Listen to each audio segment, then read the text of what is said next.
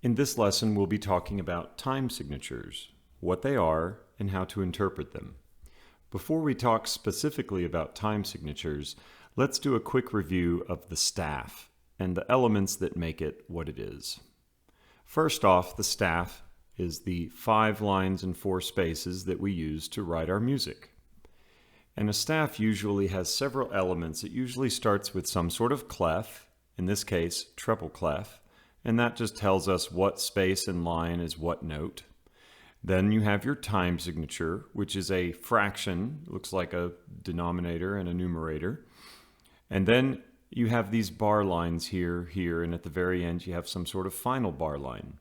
And that gap in between the bar lines, here's one here, and here's one here, is called a measure. What are we measuring? We're measuring time. If you have that song that's 2 minutes long and you don't break it into measures, you're going to have a hard time finding a place to start rehearsing other than the beginning. So the question is, how do we know how many notes we could fit in one measure of time? And is there a way we can know as musicians perhaps how many beats are going to be in the cycle that we'll be feeling when we're playing? Are there 4 beats in every measure or cycle, or are there less? Are there more? That's what we're going to study today. Think about this. How do we know how long an inch is? When you measure distance, we use units like inch, feet, yard, meter, mile, and they each serve a different purpose. But how do we know how long an inch is supposed to be? Well, maybe back in the day, there was some monarch who used their foot as the standard of measurement for 1 foot, a king's foot, if you will. Or a king's inch could be the distance from one knuckle on their finger to another. So historically, that may have been how measurements were made. Nowadays, we have a standard ruler that I'm sure has been passed around and you've used it many times. Well, we have a ruler just like that in music, and it's that time signature.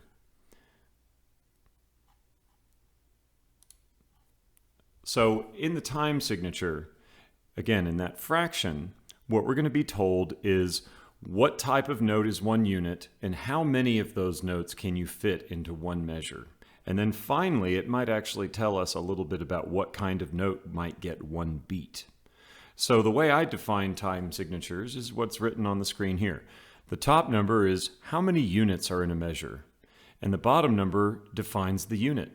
Now the top number could be any number theoretically, anything from 1 to 16 or higher. I've even seen 3,223, but we'll get into that later. Now the bottom number tells us a different thing. The bottom number can only be certain numbers. 1 would refer to a whole note, 2 to a half note, 4 to a quarter note, and 8 to an eighth note. And if you kept going, 16, 32, anything beyond that is kind of ridiculous. So while the top number can be anything, the bottom number is limited to certain types of notes. So let's look at an example of this time signature, which we would call 4/4. And here's the sentence you need to think to yourself when you see a time signature. In this time signature, each measure is the length of 4 quarter notes. Notice how I started with the top number, and then the bottom number told me what kind of notes. So the top number tells us how many, the bottom number tells us the type of note.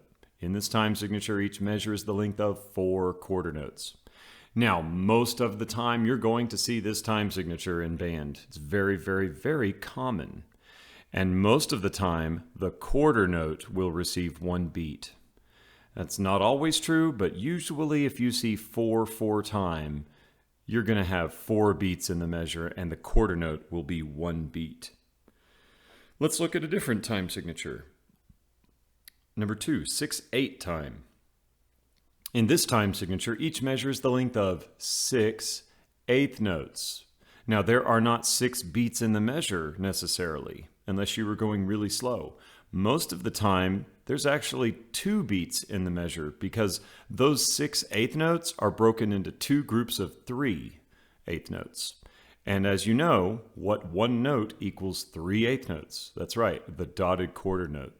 So if you ever see 6/8 music, most of the time, the dotted quarter note will receive 1 beat.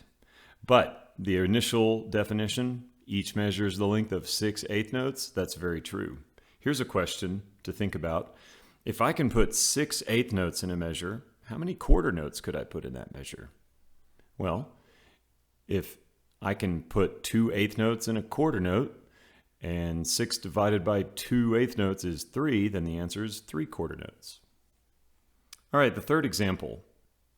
In this time signature, each measures the length of 2 half notes. Notice the bottom number here is 2, so we know we're dealing with half notes. The top number is 2, so we know there are 2 of them. In this time signature, most of the time, the half note will receive 1 beat. Now, from a mathematics standpoint, 2 divided by 2 is 1. And if we go back to example number 1, 4 divided by 4 is 1. I can put 2 half notes in a 2-2 measure, but I could also fit 2 half notes in a 4-4 measure. Likewise, I could put 4 quarter notes in a 2-2 measure. So why would a composer use 2-2 instead of 4-4? And the answer to that is in this one. When you see 2-2, the half note's probably going to be 1 beat. And we have a special word for this. It's called cut time. The music is going to read twice as fast as usual when you see 2-2 as your time signature. Now, throughout history, some of these time signatures have been used so commonly that they don't, in some cases, the composers wouldn't even write the fraction. They would just say something like this, C. And that C stands for common. What is the most common time? 4-4. So in this time signature, which is known as common time, each measure is the length of 4 quarter notes. And again, most of the time, the quarter note will receive 1 beat. So a C as your time signature means common, which is an abbreviation for 4-4. Likewise, when you see a line through the C, this is known as cut time. This is the equivalent of 2-2 as your time signature. So in this time signature, cut time, each measure is the length of 2 half notes. And again, most of the time, the half note will receive 1 beat.